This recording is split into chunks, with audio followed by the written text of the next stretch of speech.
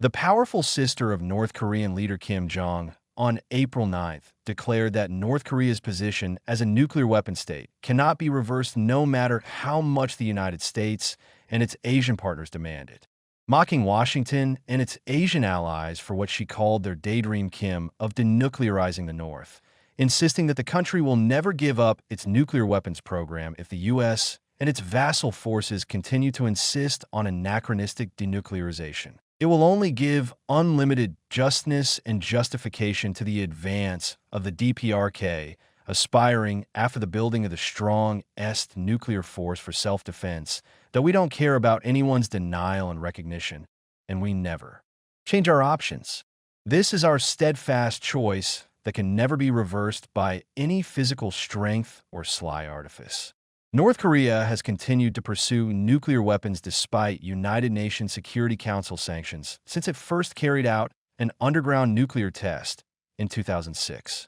It is believed North Korea now has a stockpile of nuclear weapons, although it has not carried out an atmospheric test. The United States and its Asian partners have long called for the complete removal of North Korea's nuclear program. But analysts believe Pyongyang has moved past the point of accepting such a deal. The statement by Kim Yo-jong, one of the country's top foreign policy officials, was in response to a meeting between the top diplomats of the United States, South Korea, and Japan, where they reaffirmed their commitment to push for the North's denuclearization. The three foreign ministers reaffirmed the commitment to the complete denuclearization of North Korea, according to the joint statement, noting that North Korea's goals for nuclear weapons expansion are enshrined in its constitution. She insisted that any external discussions of denuclearization constitute the most hostile act and amount to a denial of her country's sovereignty. Tensions in the regions have increased as Kim Jong-un continues to flaunt his military nuclear capabilities and align with Russia over President Vladimir Putin's war on Ukraine. Kim is ignoring calls by Seoul and Washington to resume denuclearization talks earlier. Trump has said he would reach out to Kim again to revive diplomacy, but the North has not responded to that offer. Trump and Kim met 3 times during Trump's first term, but their diplomacy quickly collapsed over disagreements about ending the U.S.-led sanctions in return for North Korea taking steps to wind down its nuclear and missile programs. Kim's foreign policy priority is now Russia, which he has supplied with weapons and troops to help prolong its war fighting in Ukraine. Seoul fears that Kim may receive economic assistance and advanced technology to develop his arsenal in exchange for its military supporting Russia. Kim Yo-jong's statement came a day after South Korea fired warning shots to repel a group of North Korean soldiers who had crossed the border on April 18th.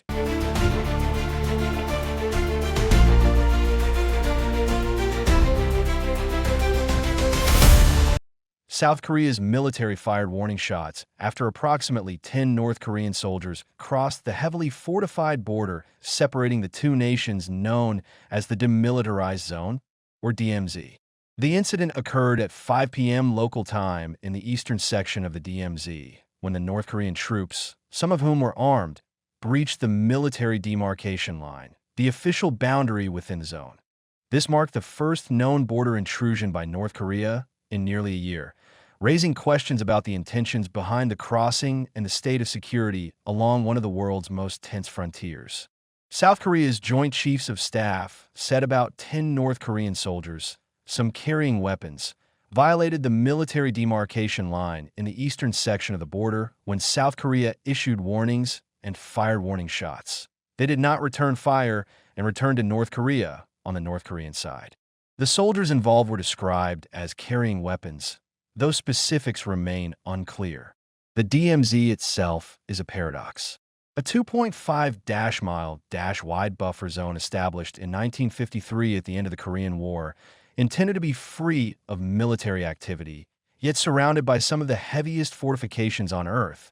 South Korea's military has not detailed the exact weaponry used for the warning shots, but standard procedure typically involves small arms fire, such as rounds from K2 rifles. The primary service rival of South Korean forces, that it wasn't immediately clear whether acting President Han Ducks, who discussed the North Korean nuclear threat with U.S. President Donald Trump during a telephone conversation on April 8th. Trump said in a social media post that the two leaders discussed tariffs, trade, and souls payment for what he called the big-time military protection the United States provides to South Korea. I just had a great call with the acting president of South Korea. We talked about their tremendous and unsustainable surplus tariffs, shipbuilding, large-scale purchase of U.S. LNG, their joint venture in an Alaska pipeline, and payment for the big-time military protection we provide to South Korea. They began these military payments during my first term. Billions of dollars, but sleepy Joe Biden, for reasons unknown, terminated the deal. That was a shocker to all. In any event, we have the confines and probability of a great deal for both countries. Their top team is on a plane heading to the U.S., and things are looking good. We are likewise dealing with many other countries, all of whom want to make a deal with the United States, like with South Korea. Now, we're bringing up other subjects that are not covered by trade and tariffs and getting them negotiated also. There are concerns in Seoul that Trump might push South Korea to pay significantly more of the cost for the some 28,000 U.S. troops stationed in the country.